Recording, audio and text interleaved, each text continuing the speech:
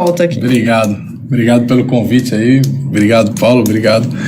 A gente está iniciando agora esse momento novo aí, né, de definição da candidatura de prefeito ou prefeita pelo PT de São Paulo. Pois é, vamos falar disso. Um processo bastante importante. Sim, vamos falar disso, vamos falar da cidade de São Paulo, né, falar sobre futuro do PT, que está aí fazendo 40 anos, né, 40 muito anos. tempo, e falar sobre outras coisas da conjuntura política também. Mas vamos começar então por esse processo, que é o que você está vivenciando nesse momento. O PT até pouquinho tempo atrás tinha 6 candidatos aqui em São Paulo, pré-candidatos, né? E aí você me disse que entraram os novos e tem 9 pré-candidatos. Como é que é esse processo e como é que está sendo sua campanha? E também já queria te perguntar sobre essa polêmica que acabou de acontecer dias atrás, da Gleisi ter se manifestado por um consenso e o vereador Eduardo Suplicy ter feito uma crítica pública, e isso acabou vindo à tona, então já queria a sua opinião sobre isso também. Bom, em primeiro lugar, boa tarde mais uma vez, né? Mas é um processo bastante importante dentro do PT que já ocorreu várias vezes, né? É um processo onde existe a inscrição dos candidatos. Até o dia 30 agora nós temos que apresentar, conforme o Estatuto do PT, 1.800 assinaturas de apoio de filiados para efetivar as candidaturas, as pré-candidaturas, e vamos ter um processo de 18 debates, né? Então, a partir do dia 1º de fevereiro até o dia 15 de março, que é o dia da prévia, o dia da votação, onde todos os filiados do PT vão poder votar, nós vamos ter uma definição, então, de debates, de discussões para exatamente afinar não só o posicionamento de cada candidato, mas também um debate em torno do programa do PT. E isso é mais do que necessário, porque nós estamos vivendo uma conjuntura totalmente diferente, né? Aqui em São Paulo nós hoje temos 3 pragas, né, que assolam a cidade. O governo Bolsonaro, né, que é um governo que não está nem um pouco preocupado com as condições de vida do povo brasileiro. Um governo Dória, que é um governo que não tem começo, meio e fim, ninguém sabe para onde vai e não está fazendo absolutamente nada. E o governo do Bruno Covas, né, que é um governo que também não desenvolveu nenhuma política social para a cidade. Resultado, nós somos uma das cidades mais desiguais do planeta, né, com mais de 1 milhão de desempregados e com milhares de pessoas subempregadas ou empregadas precariamente. Hoje o emprego mais em moda aqui em São Paulo é motorista de aplicativo ou até ciclista de aplicativo, né, que nós estamos voltando no tempo. Daqui a pouco pode ter que a gente surja aí as carroças por aplicativo, puxadas por seres humanos, né? Então é uma situação muito complicada em São Paulo, que exige uma prefeitura com uma dinâmica, com um posicionamento muito ativo para combater essa desigualdade, para reduzir essa desigualdade e ao mesmo tempo para fazer a cidade se desenvolver, gerar empregos e ter políticas sociais, políticas que efetivamente melhorem a vida das pessoas. E essa questão das prévias, né? Como é que isso está se dando dentro do PT? Houve algum conflito? E o que você acha sobre essa discussão que houve?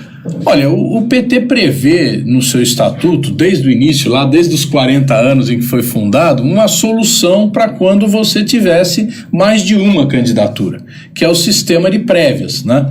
E essa proposta, ela já foi executada várias vezes. Nós tivemos cidades onde o conflito foi muito grande, mas aqui em São Paulo, das várias prévias que houve, nós tivemos prévias para a prefeitura e para o governo do estado, né? 2 para a prefeitura e 2 para o governo do estado, e não tivemos grandes problemas, né? Então eu acho que é muito bom. A última vez que nós quase chegamos na votação foi em 2012, quando vários candidatos, né, 5 candidatos se propuseram a disputar aqui a prefeitura de São Paulo. Você vê, foi a Marta Suplicy, o Eduardo Suplicy, o Gilmar Tato, eu e o Fernando Haddad, né? Nós fizemos 31 debates. né? E isso foi muito importante, porque mobilizou a militância daqui da cidade de São Paulo, participaram mais de 15 mil pessoas desses debates, e ao final houve um consenso em torno do nome do Fernando Haddad, e aquela mobilização serviu para levar a vitória. Então, eu acredito que isso agora pode se repetir se nós tivermos realmente um processo mobilizador, dinâmico, e a gente tem muita boa perspectiva em relação a isso.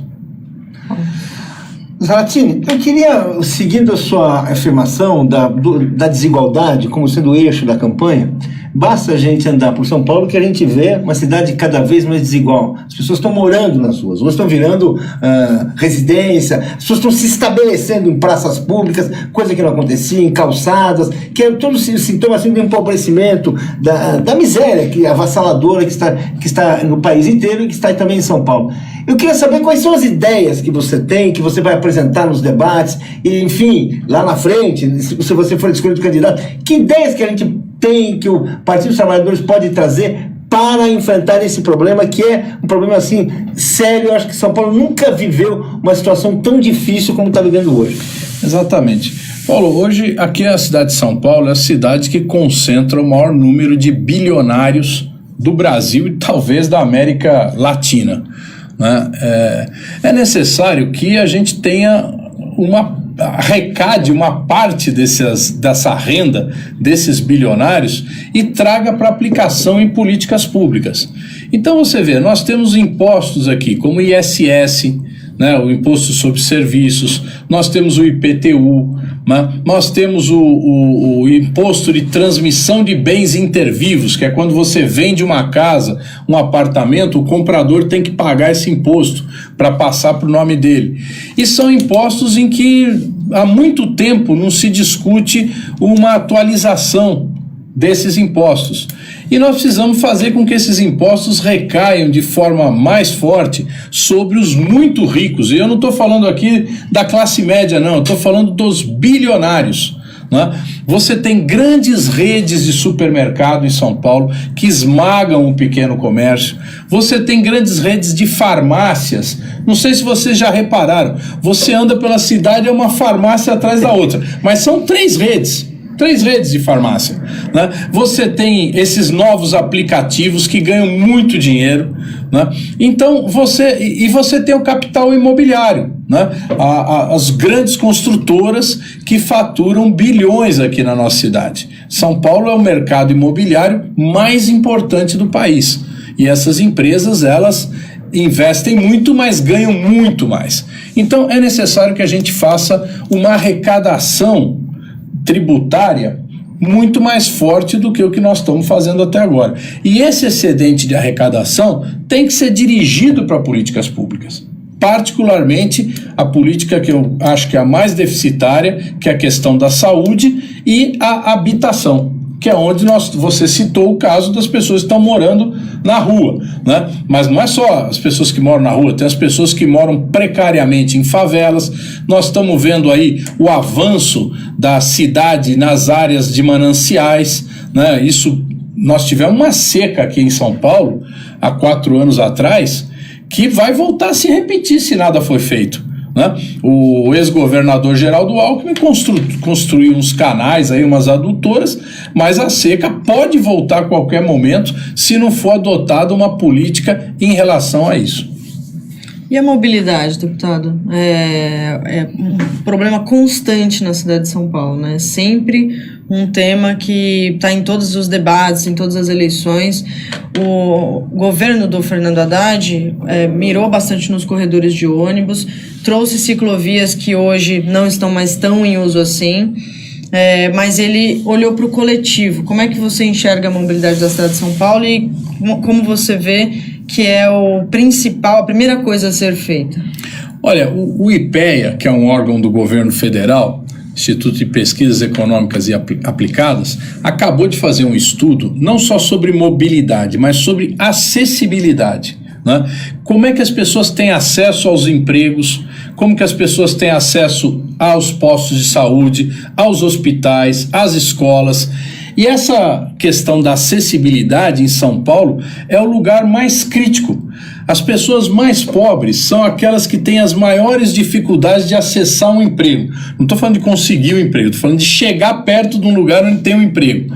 Então, elas têm muitas vezes mais dificuldade que uma pessoa de classe média e classe alta de acessar um emprego, de acessar um hospital. Então, nós precisamos de uma política de mobilidade, é verdade, precisamos voltar a investir na questão dos corredores, precisamos reorganizar a rede de transporte, porque hoje em dia praticamente tem linhas de metrô que andam sobre linhas de ônibus ou linhas de ônibus sobre linhas de metrô, fazendo um conflito. Mas precisamos também ter uma política de reorganização da cidade do ponto de vista de levar empregos para a periferia. E precisamos baratear o transporte. Né? O governo do Bruno Covas, ele encareceu o transporte. Ele, na questão do Vale Transporte, que é ofertado, pago pelas empresas, né? E que na verdade tem o bilhete único como parte disso, ele impediu que agora o Vale Transporte possa fazer mais de uma integração. Então, se o trabalhador, a trabalhadora tiver que usar 3 ônibus para chegar no seu emprego, ele não vai ter que pagar o terceiro. Então isso encarece em R$200 o transporte, seja para o empregador ou para o empregado. Porque o empregador vai chegar e falar, não, se você não pagar a sua própria passagem, eu vou te mandar embora e vou contratar um trabalhador que more mais perto, né, para não ter que pagar R$200 a mais. Então, a política de transporte do Bruno Covas foi de encarecimento do transporte. Sem dizer esse último aumento agora, né, que o Dória havia prometido que não faria nenhum aumento durante os 4 anos e agora tivemos mais um novo aumento. Então é necessário uma política de transporte na cidade de São Paulo que seja de investimentos, mas também e principalmente de barateamento do transporte. O senhor sendo oficializado candidato a prefeito, né, dentro do PT, se isso acontecer, como é que vai ser o embate contra o bolsonarismo numa cidade que uma parcela significativa votou nesse governo que está aí hoje, né? E temos outros possíveis candidatos que não têm a preocupação com o social, a preocupação com a desigualdade que o PT, o partido de esquerda, tem. Possivelmente terá uma candidatura ainda à esquerda do PSOL, mas tirando essas, podem ser candidaturas que apoiem, de certa forma, um governo que está demonstrando ser bastante fascista, né? Como é que é o seu o discurso para os eleitores que estão decepcionados com o PT, né? Houve uma campanha de antipetismo muito forte, e São Paulo faz parte disso. Então, como é que um candidato do PT consegue vencer isso durante os debates, durante a campanha como um todo? Olha, primeiro, eu acho que a gente tem que ter esse programa da parte do PT, qualificar, enriquecer esse programa visando a redução das desigualdades na cidade de São Paulo. Acho que esse é o primeiro problema. E um programa também de geração de empregos na cidade. Agora, nós temos que procurar, em primeiro lugar, fazer uma unidade no campo da esquerda.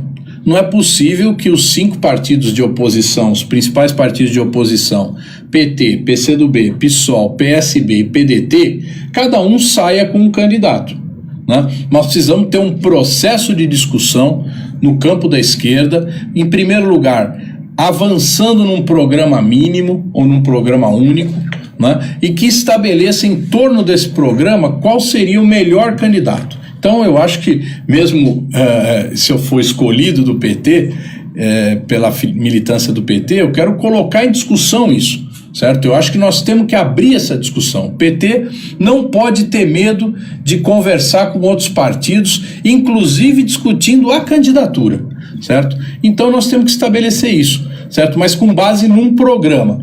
Não podemos aí dispersar as forças da oposição ao Bolsonaro, da oposição ao Dória e da oposição ao Covas e nos dividir aqui, permitindo que até haja uma coisa que é inusitada, ficar num segundo turno uma candidatura de direita, né? Eu costumo dizer, uma candidatura de extrema direita contra uma candidatura da direita extrema, que é hoje o Dória, né? A direita extrema, quer dizer, nós não podemos deixar isso acontecer. A cidade de São Paulo, ela nunca teve isso desde do período da redemocratização em 85 até hoje, e nós temos então que ter essa responsabilidade de saber dialogar entre as várias forças, os vários partidos do campo de esquerda, envolvendo aí os sindicatos, os movimentos sociais, os movimentos populares de modo geral, num grande debate para a gente constituir uma candidatura única. E aí, eu acho que a gente pode até chegar ao ponto de ter uma primária na cidade de São Paulo, certo? Onde a gente pudesse abrir a votação para pessoas que não são filiadas a partido nenhum, né? A qualquer cidadão ou cidadã de São Paulo que queira participar, opinar, quem acha o melhor candidato em torno desse programa, o cidadão poder ir lá votar num determinado dia e escolher qual é o melhor candidato. Os Estados Unidos... Dentre esses partidos. Dentre os partidos que apoiarem esse programa, né? Um programa único. Então, se você conseguir fazer esse programa, então os candidatos que se compõem com esse programa se lançariam numa primária, como é feito nos Estados Unidos, na Argentina, no Uruguai, na Itália, né? Então, em vários lugares isso acontece, e acontece de uma forma produtiva para o desenvolvimento político. E vocês sabem, aqui em São Paulo, muita gente do campo da esquerda não é filiado a nenhum partido, nem ao PT, nem ao PSOL, nem a nenhum. Então essas pessoas também querem participar, também querem dar a sua opinião. E é isso que a gente acha que deve ser aberto a essa grande parcela da nossa população. Eu queria tocar num ponto que é o seguinte: financiamento de campanha. Nas redes sociais, os bolsonaristas estão batendo muito na questão do financiamento público de campanha, na questão do fundo eleitoral. Como eles estão sob o risco de não pegar nada, eles estão tentar transformar o útil no agradável. Como eles estão fundando um partido novo e não vão ter direito a nada, eles estão acusando os adversários, a começar pelo Partido dos Trabalhadores, de abusar disso. E eu queria que você falasse, se você tem uma ideia, uma coisa que pode acrescentar, abrir um debate importante, que eu conheço a sua opinião, que você discutisse aqui. O que você acha como é que a gente responde essa questão? Que é uma questão que efetivamente tem muitas pessoas progressistas preocupadas com esse fundo eleitoral, achando que é inaceitável. Como é que você vê isso? Que resposta a gente pode dar a isso? Bom, em primeiro lugar, eu falei com a presidenta do nosso partido, a Gleisi, né, e propus a ela que nós, candidatos nessa prévia, né, fizéssemos uma campanha de arrecadação através daquelas vaquinhas eletrônicas. Então, que o partido organizasse isso. Então, lá os apoiadores do Zaratini, do Gilmar Tato, do Paulo Teixeira, do Suplicy, pudessem contribuir com a campanha, né, do seu candidato, na prévia, porque algum custo a gente vai ter, imprimir um panfleto, fazer um vídeo, alguma coisa desse tipo, né? Eu acho que nós temos que começar a ter contribuições voluntárias, né, das pessoas, e isso é fundamental para a democracia. O fundo eleitoral, o fundo público, sempre foi uma luta nossa, porque a gente sempre achou que desde nos nossos 40 anos, a gente sempre lutou por isso, porque a gente sempre buscou combater, né, a influência do poder econômico nas eleições.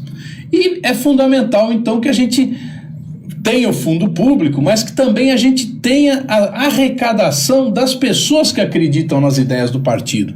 Aqueles que estão de acordo com o partido, aqueles que acham que o partido tenha condições de fazer o país se desenvolver, de ter um outro tipo de política, possam contribuir com as campanhas. Então, eu acho que a gente tem que começar a debater isso, né, para a gente não só superar, como já superamos, as doações das empresas, como o próprio fundo público, e a gente passar a ter contribuições de pessoas físicas com limites, porque evidentemente, né, que tem pessoas físicas milionárias que podem doar milhões, e tem pessoas físicas que ganham muito pouco e que podem doar muito pouco. Então é necessário também estabelecer limites de doação, né, bem como limites de gastos nas campanhas eleitorais. Me diga uma coisa, qual você acredita que pode ser o papel do presidente Luiz Inácio Lula da Silva na campanha? Olha, o presidente Luiz Inácio Lula da Silva é a maior liderança desse país, maior liderança popular, né? Não é simplesmente um político como outro qualquer. Qualquer pessoa nesse país quer saber a opinião do presidente Lula, certo? E boa parte das pessoas querem saber e querem seguir a opinião do presidente Lula. Então, o presidente Lula, em primeiro lugar, ele é uma pessoa agregadora, né? Ele é capaz de sentar numa mesa, discutir com pessoas que têm ideias muitas vezes totalmente opostas e chegar numa solução política, né? Isso é vamos dizer assim, acho que é a maior qualidade dele. E ele pode fazer com que o partido e a própria esquerda se juntem nesse processo para vencer aqui em São Paulo, né, que é fundamental para o país, né? E, além disso, ele apoiando qualquer candidato, né, ele vai botar muita energia nesse candidato. Então, o presidente Lula é um grande eleitor dessa eleição, eu tenho certeza disso. Uma questão que eu queria retomar, você falou logo no começo da necessidade de alterar a cobrança de impostos da cidade de São Paulo. Hoje, eu queria que você explicasse, porque hoje os ricos pagam proporcionalmente muito pouco e os pobres pagam muito. E você tem uma ideia de inverter essa equação, de fazer uma coisa diferente. E eu acho importante, eu queria também que você explicasse que São Paulo foi um dos centros dessa campanha anti-impostos do Brasil. E que as pessoas têm aquela noção de que imposto é muito ruim, imposto não serve para nada, imposto só beneficia o governo, que para tanto faz o quê. Eu queria que você explicasse um pouco isso, porque isso aí é que está, e essa é uma discussão no mundo hoje em dia, né, de que uma das oportunidades de você realmente mudar um pouco a vida em sociedade é você alterar a equação dos impostos, né? Exatamente. Aliás, está se discutindo uma reforma tributária lá em Brasília, cuja ideia central não é mudar quem vai pagar mais, quem vai pagar menos. É mudar a mecânica dos impostos, agregar impostos e tal. Até o jornal Folha de São Paulo hoje publicou que isso pode melhorar um pouco a distribuição de renda. Mas nós queremos mudar muito a distribuição de renda. Então nós temos que reduzir os impostos indiretos, o ICMS, o ISS, certo? E aumentar os impostos diretos, imposto de renda, o imposto, criar o imposto das grandes fortunas, né?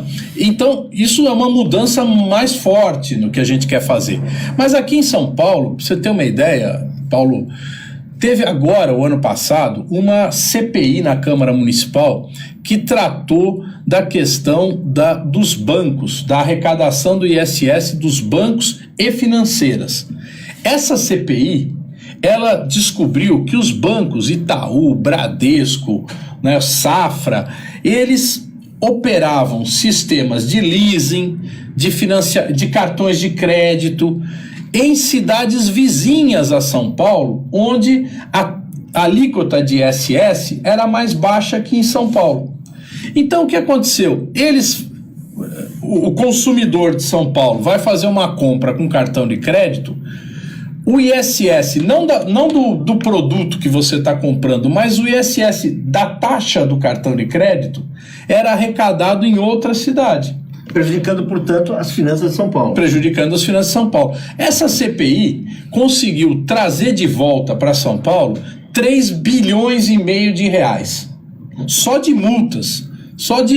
Então, o potencial de arrecadação, eu estou falando de bancos, de financeiras, eu não estou falando aqui da classe média, eu não estou falando aqui do trabalhador, do profissional liberal, eu estou falando das grandes empresas que operam aqui na cidade de São Paulo. Então nós temos muito lugar para buscar recursos, entende? Basta a gente alterar. Por exemplo, o ITBI, que é esse imposto de quando você vende uma casa, vende um imóvel, né? Esse ITBI é uma alíquota única. Então, se a pessoa tem uma casa de 100 mil reais, ela tem que pagar 3 mil reais. Se ela tem uma casa de 10 milhões de reais, ela tem que pagar 300 mil reais, certo? Mas é uma alíquota única, é um absurdo isso, porque você está onerando excessivamente os mais pobres, que têm imóveis mais baratos, e você está cobrando muito pouco daqueles que têm muito dinheiro e podem comprar uma casa, um prédio que vale milhões de reais. Então é necessário ter um outro tipo de alíquota, né? Provavelmente podemos fazer uma desoneração dos pequenos imóveis para que não paguem nada. Isso vai fazer com que milhares de pessoas transfiram o imóvel para o seu próprio nome. Porque tem muita gente, também, né? Tem muita gente que não transferiu até hoje o imóvel para o seu nome porque não tem dinheiro para pagar esse imposto, né? Então você resolve esse problema e ao mesmo tempo você passa a arrecadar mais porque você vai cobrar das grandes empresas que fazem esses grandes negócios e dos milionários, bilionários da cidade de São Paulo.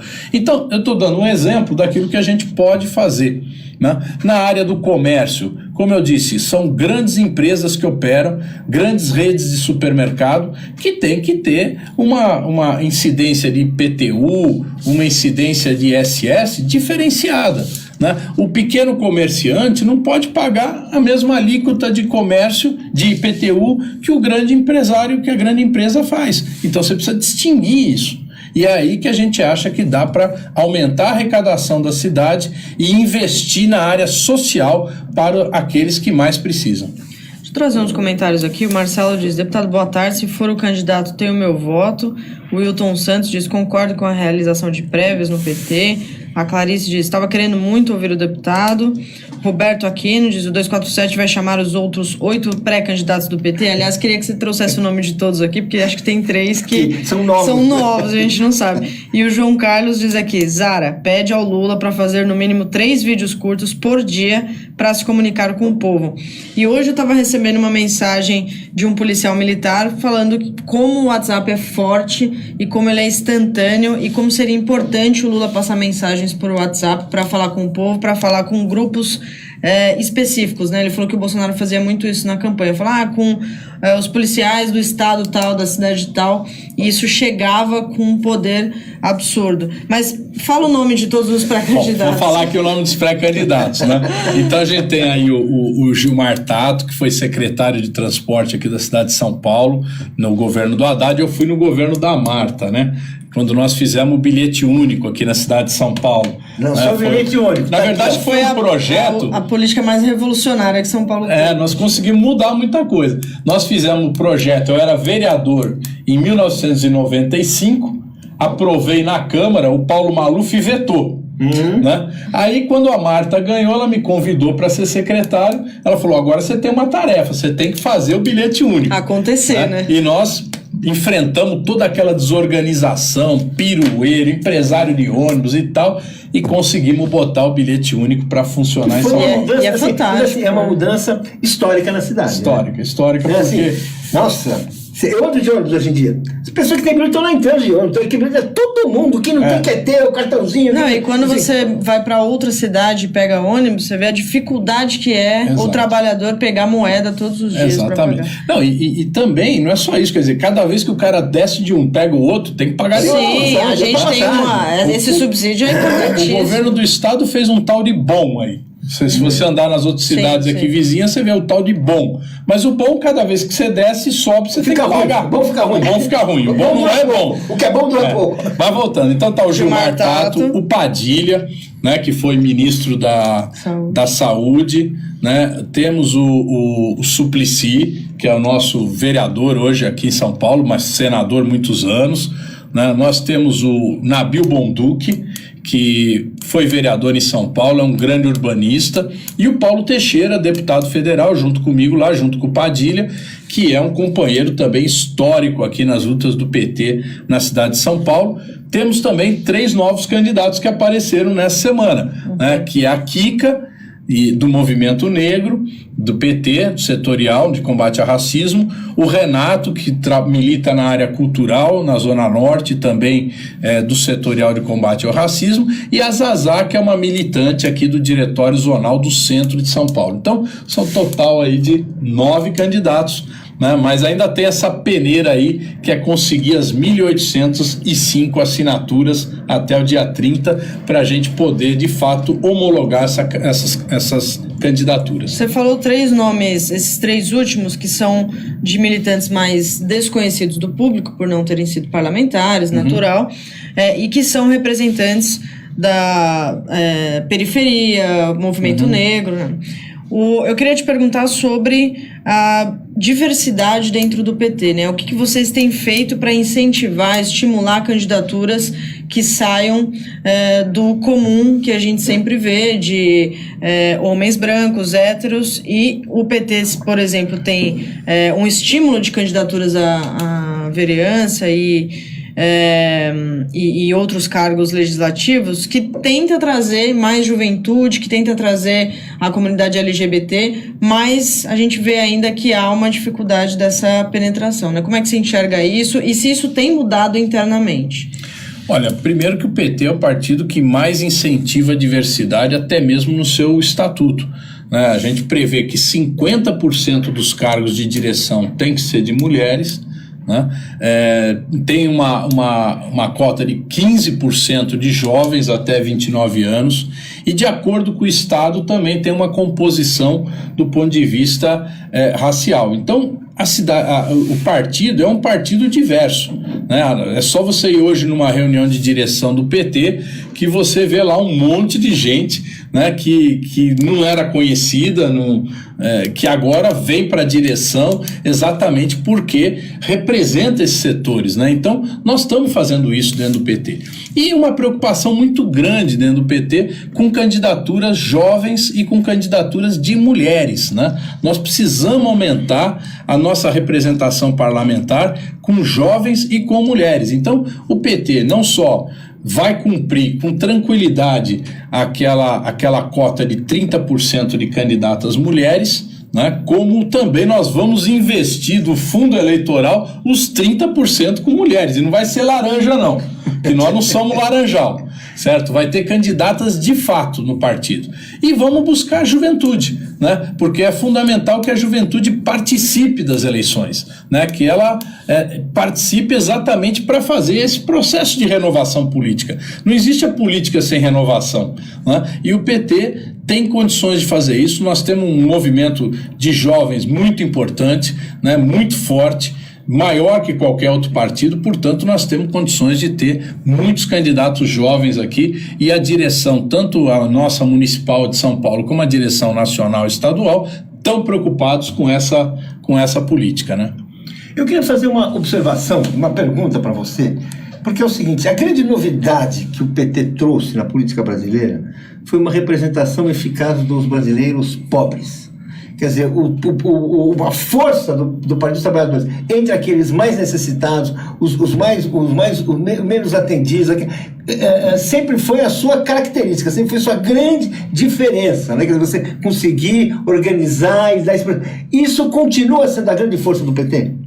Olha, o PT é o partido mais forte na periferia de São Paulo e nas regiões mais pobres do país, né? Isso é inegável, é olhar o mapa eleitoral do país ou o mapa eleitoral das cidades e você vê isso, né?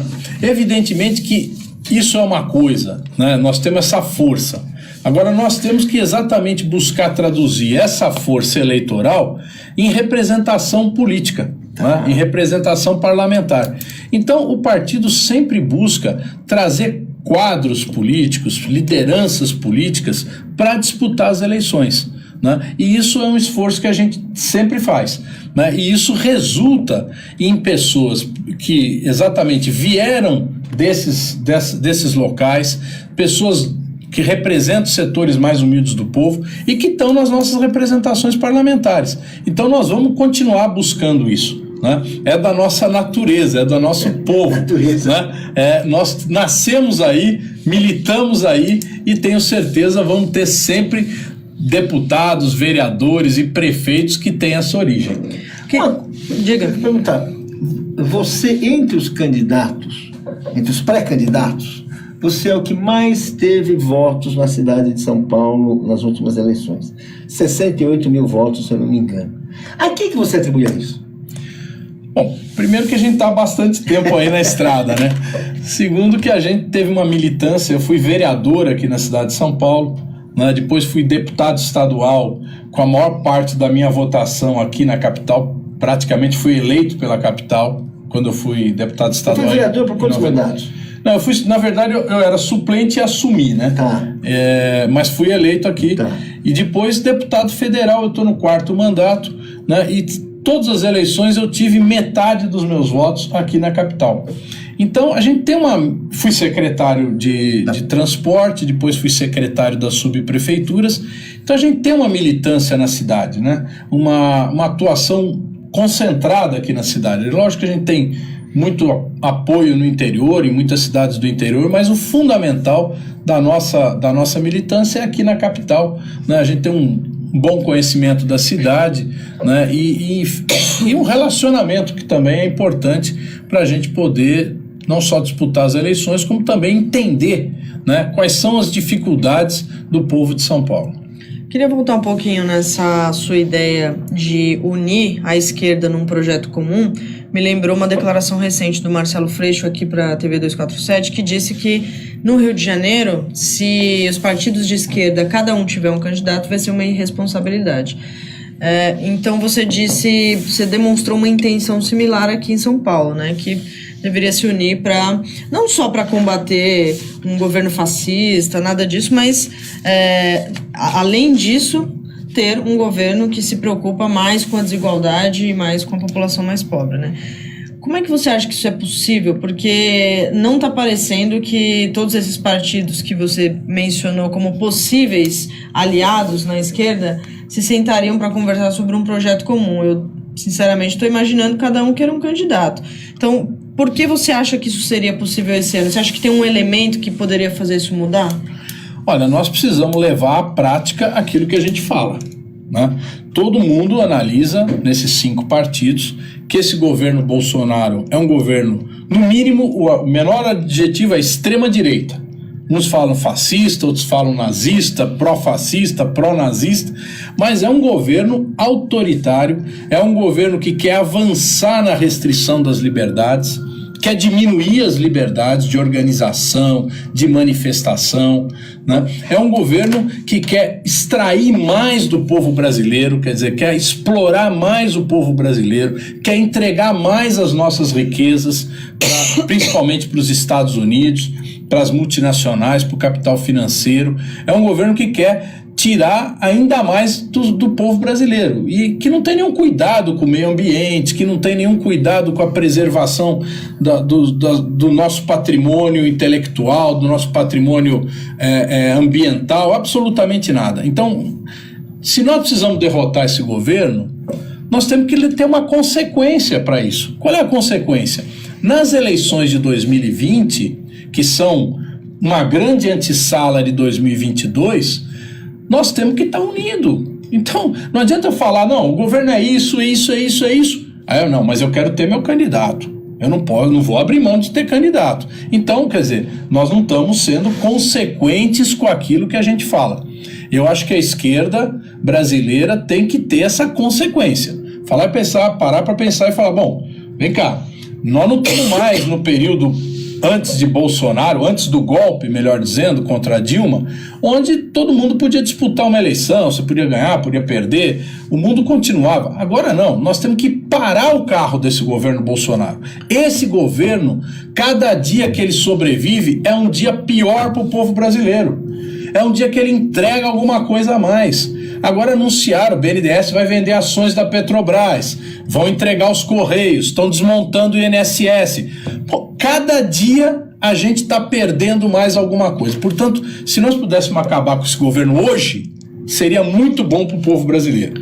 Mas nós não temos essas condições ainda. Então nós temos que avançar para ganhar as eleições. A oposição tem que ganhar. Quando eu falo ganhar as eleições, é a gente ter, num bom número de cidades importantes do país, vitórias da oposição, certo? E São Paulo é sempre o símbolo principal. Eu estava lembrando aqui, a gente, em 85, né, o governo, chamado Governo da Nova República, começou em 85, e logo em seguida teve eleições nas capitais, né? Nas eleições nas capitais. Aqui em São Paulo teve uma eleição fora de hora, só para prefeito, né? E ganhou o Jânio Quadros, né? Aquilo contribuiu para o governo Sarney pender para a direita, né? Vários caras de esquerda que estavam no governo foram afastados. Depois de 88, nós tivemos a eleição da Luiza Erundina, que ganhou aqui. E o que nós tivemos em 89? O Lula bateu na trave, né? Depois nós tivemos em 2000, a Marta ganhou a eleição em São Paulo. 2002 o Lula ganhou a eleição. Então as eleições aqui em São Paulo, não quero ser mais que São Paulo não é mais que ninguém no país. Mas brilhante essa sua associação. Muito bom, Zé, assim, muito bom, para pensar a importância dessa eleição. É muito importante. Então nós precisamos pensar nisso, quer dizer, nós precisamos ganhar aqui em São Paulo. Também uma coisa aqui. Você acha que o PT abriria a mão se tivesse outra pessoa à frente nas pesquisas? Vou dar um exemplo aqui de alguém que tem experiência, que já foi prefeito, a Erundina, por exemplo, se tivesse nesse grupo e tivesse mais votos em pesquisas do que algum candidato que for escolhido nas prévias do PT. Você acha que o PT concordaria? Eu acho que a gente tem que abrir mão. A gente não pode começar uma conversa com os outros partidos falando o candidato sou eu. Sim. Ou o candidato é meu. A gente tem que abrir uma conversa com os outros partidos. Se todos concordarem. De peito aberto, certo? Todo mundo. Pesquisa, acho bom ter pesquisa. Aliás, era bom que a gente tivesse pesquisas, dentro do PT inclusive, agora, no período das prévias, avaliando os vários candidatos. Você até me deu uma ideia aqui que eu vou levar para o nosso diretório municipal. Quero fazer, vou mandar. Vou fazer pesquisas qualitativas e quantitativas sobre os candidatos. Eu acho bom. Mas eu acho que o mais democrático, ter pesquisa é bom, é sempre uma aferição, mas o mais democrático é você dar o direito ao povo de dizer quem é o candidato, certo? Nesse momento aqui, não pode ser limitado ao partido só. Nós temos que abrir, certo? Nós temos que permitir que mais pessoas participem, né? Eu até estava falando para o Paulo, olha, o que está hoje a instituição que tem menos crédito, menos credibilidade no Brasil são os partidos políticos. Então é difícil as pessoas quererem se filiar a um partido. Então nós temos que permitir que pessoas não filiadas cheguem lá e falem, eu acho melhor esse, eu acho melhor aquele, vai lá e vota. Eu acho muito interessante isso, eu não tinha ouvido, né? E como é muito novo... Aliás, a proposta é do Suplicy, viu? Como é muito novo isso, né?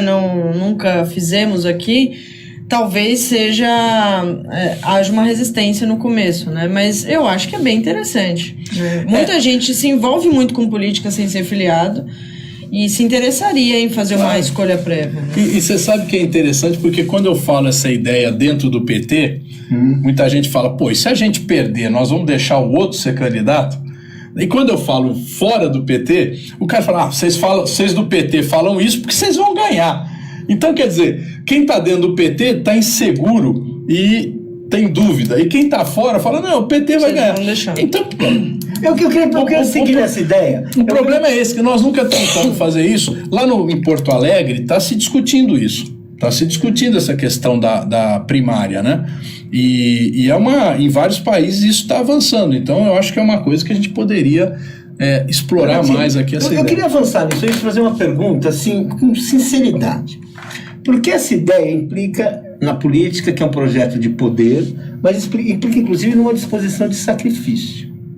Né? Quando você entra numa disputa e você fala assim, eu prefiro que um campo vença, mesmo que não seja eu, que não seja a minha turma, né? É um sacrifício que você está fazendo dos seus interesses pessoais. Ele sabe que a política não é feita assim por anjos, né? Você tem toda uma coisa assim, mas ao mesmo tempo a favor de uma ideia, a favor de um projeto que você fala, derrotar o governo Bolsonaro, que é hoje uma questão importante, uma questão essencial. E aqui em São Paulo, derrotar o PSDB, é uma do coisa, Dória, exatamente, e do Covas. Que é o Bolsonaro disfarçado, né? Exato. Assim. Mas e você acha que existe esse ambiente, isso é consciência? Né? Uma hora que a tua consciência tem que evoluir para você falar, é melhor ganhar com a mão do meu vizinho do que perder. Né? E essa consciência está se formando, a experiência, porque a experiência do Bolsonaro é uma experiência dura. É uma experiência, o país está sendo humilhado, o país está retrocedendo, e uma vitória dos bolsonaristas, seja lá a legenda qual for em São Paulo, vai ser muito ruim, né? Exato, mas nós temos que ter essa postura. Eu acho que a gente tem que crescer um pouco aí, né? Ter essa postura de entender esse ambiente. Outro dia eu conversei com o Márcio França, né? Eu falei, Márcio, você foi candidato a governador, quase ganhou, né?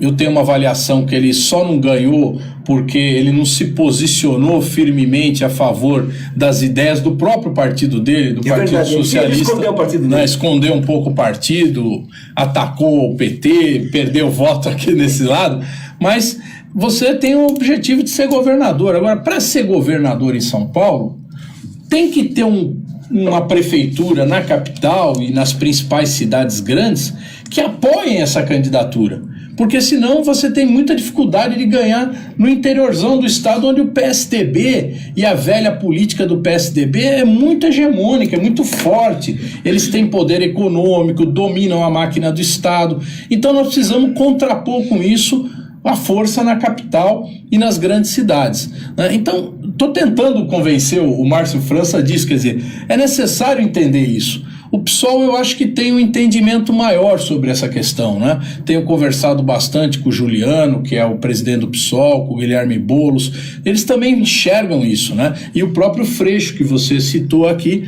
bom, lógico, o Freixo é o candidato mais forte da esquerda no Rio, mas ele evoluiu, porque na outra eleição ele rejeitou o apoio do PT. Sim. Como o próprio Edmilson, que é do PSOL lá de Belém, né, também rejeitou o apoio do PT na eleição de Belém e perdeu por uma margem muito pequena. Então você vê, as pessoas aprendem também, às vezes, com a sua própria experiência, né? Quer dizer, se a gente não juntar, não unir, a gente não ganha as eleições. Eleição é sempre eleição de executivo, é eleição majoritária, né? Não é a eleição parlamentar onde, bom, basta você conseguir um quociente ali e você ganhou. Não, você precisa ganhar a maioria dos votos. E para isso você tem que ter uma política ampla, né? Ampla que eu digo não é deixar de ter opinião ou flexibilizar suas opiniões e até mesmo abandonar suas opiniões. Política ampla é você permitir que outros setores venham junto com você numa frente.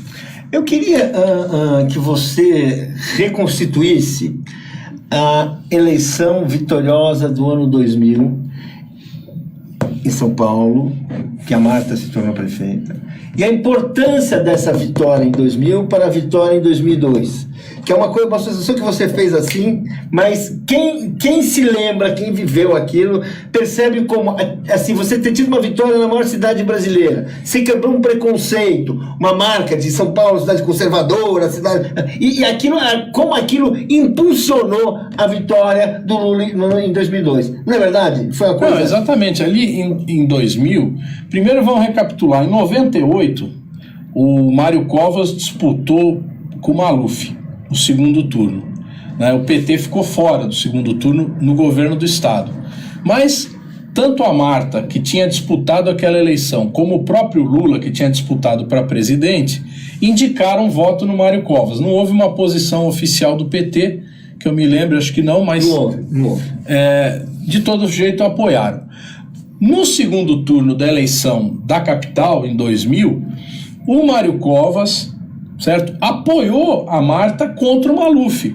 Então, você vê como a coisa não dá para fazer uma política assim.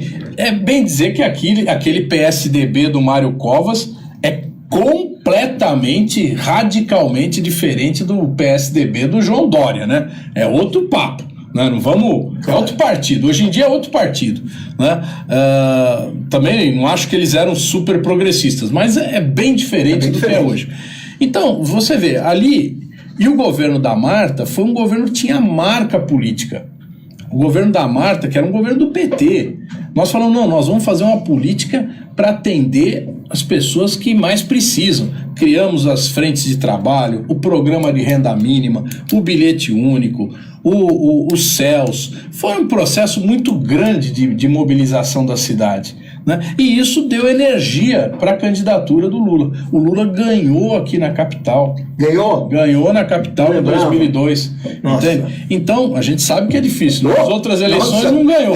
São Paulo era um campo adversário, virou um campo a favor. Então, isso nós podemos fazer, porque a cidade de São Paulo ela tem muita energia, ela tem muita vontade de se desenvolver, de crescer e de ter oportunidade para as pessoas. Hoje quem mora na periferia de São Paulo não tem condição de fazer mais nada, né? Não tem emprego, não consegue estudar bem, não consegue ter uma saúde boa. Então nós temos que dar essa mais caro, é bom lembrar que ficou mais caro. Nós precisamos gerar isso. Pô. Hoje em dia, por exemplo, na área da habitação, qual é o programa habitacional que não passa por grandes empreiteiras? Né? Estou falando aqui também do Minha Casa Minha Vida. Foi sempre baseado nas grandes empreiteiras. Por que nós não podemos fazer um programa habitacional onde um camarada, a prefeitura se propõe a comprar imóveis num determinado valor com uma determinada planta, permitindo que um camarada que tem uma empresinha lá, uma empreiteirinha com 3, 4 empregados, certo? Possa construir uma casa e vender para a prefeitura num terreno que ele conseguiu, né? Ou refaz uma casa antiga, faz uma casa, permitindo que pequenos empreiteiros possam participar do mercado imobiliário, né? Então, isso aí nós podemos fazer. Hoje em dia a prefeitura, para construir imóveis, tem que fazer grandes conjuntos habitacionais, que são caros, que o delta aqui de lucro das empreiteiras é violento, né? Quando você poderia fazer muito mais barato se fosse iniciativa das pequenas empresas que constroem. Essa cidade de São Paulo, assim como o Brasil inteiro, não foi construído em programas habitacionais. Se você andar na periferia, 90% das casas foram autoconstrução ou construção de pedreiros, de pequenos empreiteiros. E por que nós temos que mudar isso agora e botar aí as grandes empresas para fazer os grandes conjuntos habitacionais? Vamos mudar isso. Candidato, fazer uma pergunta agora também. É assim, tem milhares de imóveis desocupados na cidade de São Paulo. Imóveis que a gente sabe que poderiam servir de abrigo, de habitação para essas famílias.